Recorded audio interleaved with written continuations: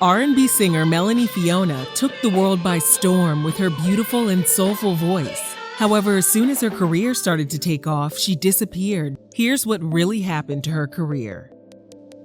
Born on July 4, 1983 in Toronto, Canada, Melanie Fiona Halim was raised by her Guyanese parents, whom she described as big music lovers. She told USA Today her mom enjoyed singing and her dad played guitar in a band. She said, "As a baby, I couldn't go to sleep without music in my crib." From an early age, she knew becoming a musician was in her future, and at the age of 16, she began writing songs. She told Fanbolt, after exploring her musical talents, she began to understand the creative process of all the songs she loved. USA Today reports that while still in high school, she recorded her first album entitled Somebody Come Get Me under the name Siren Hall. And in 2002, she joined a girl group called Exquisite. The trio went on to release a self-titled album in 2004, but they disbanded a year later, and Melanie decided to go solo. Things really started rolling for her career when her manager met some artists at a restaurant. Melanie told Vlad TV her manager arranged a meeting for Melanie to chat with the artists, and they decided to create a group called The Renaissance. The group consisted of Melanie, Aeon Clark, D12, and Drake. The musical quartet performed cover songs and their own original music. They wanted to take the show on the road, but their individual careers began to blow up. Nonetheless, it was still an amazing experience. Melanie said, "When you're on the right path, you meet the right people, and you meet people for a reason." She took her talents from Canada to the US in 2005 and gained some recognition by co-writing the song Dem Haters for Rihanna. With her own career in mind, she began working on her solo album in 2007. Her demo attracted a lot of attention, and according to Billboard, she finally broke through being discovered by music mogul Steve Rifkind. She signed with his label SRC Universal Motown, in part because he allowed her to be herself. She told USA Today, "Other labels loved me but wanted to take me in XYZ direction. I had to choose between who I really was and who somebody else wanted me to be." In 2008, she caught the attention of Kanye West, and he asked her to open the European part of his Glow in the Dark tour. But Kanye wasn't the only celebrity that was amazed by her talent. Melanie told MTV she met Jay-Z and his friend in New York and played them some of her music. She said they were impressed and wanted to represent her under Roc Nation, and she agreed. She admitted it was difficult to make waves in the US before signing to Roc Nation due to her type of music. She said a lot of people doubted her, but she wasn't about to give up. Throughout her journey, she realized, quote, that it's not about conforming to somebody else, it's about bringing light to your own. Her debut album, The Bridge, was released in June 2009. Its breakout song was a #1 hit and stayed on the charts for 10 weeks. In an interview with USA Today, she described the song as her, quote, vessel to express all the pain. Even though the album had only sold less than 250,000 copies months after its release, Melanie received the highest honor when she was nominated for Best Female R&B Vocal Performance at the Grammys.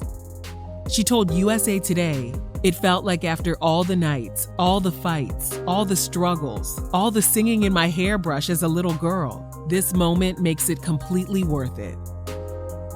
In 2010, she performed in a Haiti benefit concert. Additionally, she also opened up for Alicia Keys' The Freedom Tour. Melanie told USA Today that while touring with Kanye, she only had 10 minutes on stage. But with Alicia, she had a 30 to 35-minute set. Things were finally looking up for her. In 2012, she released her second album entitled The MF Life. Her song 4 AM, a track about a troubled relationship, reached #8 on the Billboard charts, while the album peaked at #7, and the best was yet to come.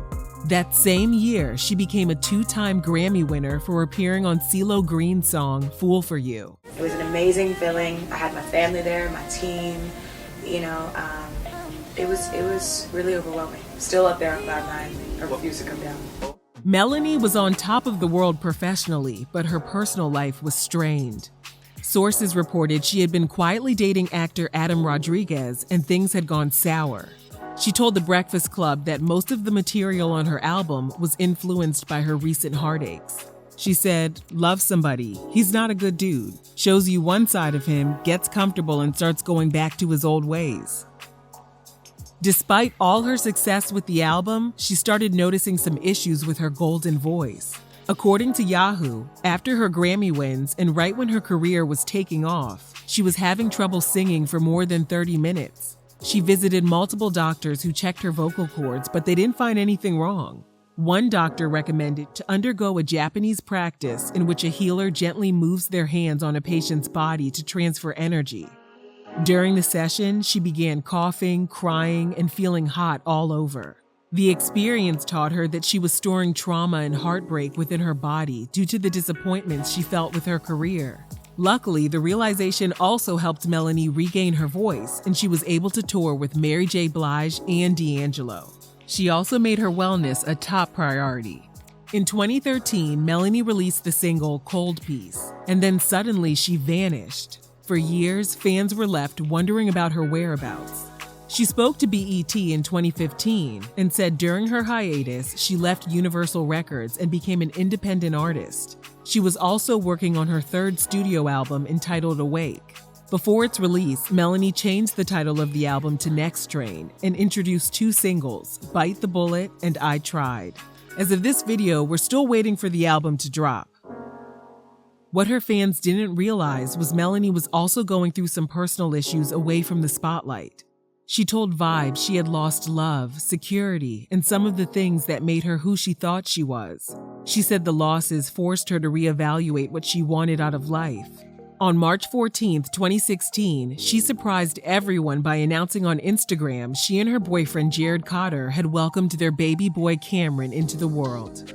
A couple months later, she revealed how difficult her childbirth experience had been in a YouTube video entitled "It's Time to Tell the Truth." Melanie explained that by the time she went into labor, she was already 5 days overdue. She developed preeclampsia during her labor, a condition that causes high blood pressure and swelling. Once she stopped dilating, doctors became concerned and started suggesting she undergo a C-section. Melanie said she was adamant about having a natural childbirth, till her boyfriend took her hand, looked her in the eyes, and said, "I have to leave the hospital with both of you." Her son was delivered by C-section.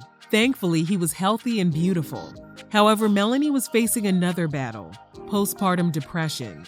She stated that while looking at her son, she felt numb. She then added, "I felt like someone gave him to me and was like, here's this baby, take care of it." She admitted she felt disconnected and was also overwhelmed with feelings of disappointment. She said, "I felt like my body failed me and I wasn't prepared for that. I wasn't prepared to feel that way after having a child." Melanie was still trying to process everything, including who she was individually and her life as a mother. Nonetheless, she was thrilled about motherhood and things were about to get even better. Jared proposed to her on Valentine's Day 2018 and she said yes. They were set to get married in August 2020, but the ceremony was delayed due to quarantine and social distancing concerns.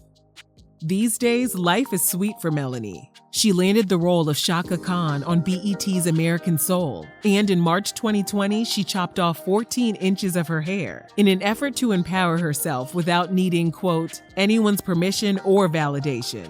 She also reminded the world she can still blow when she took part in the September 2020 Deborah Cox Challenge.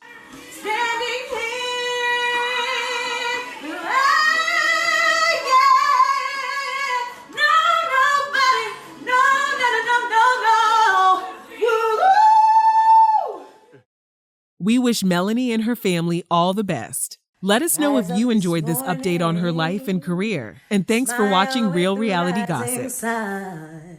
Three little birds sit by my doorstep, singing sweet songs, melodies pure and true, saying, this is my message to you.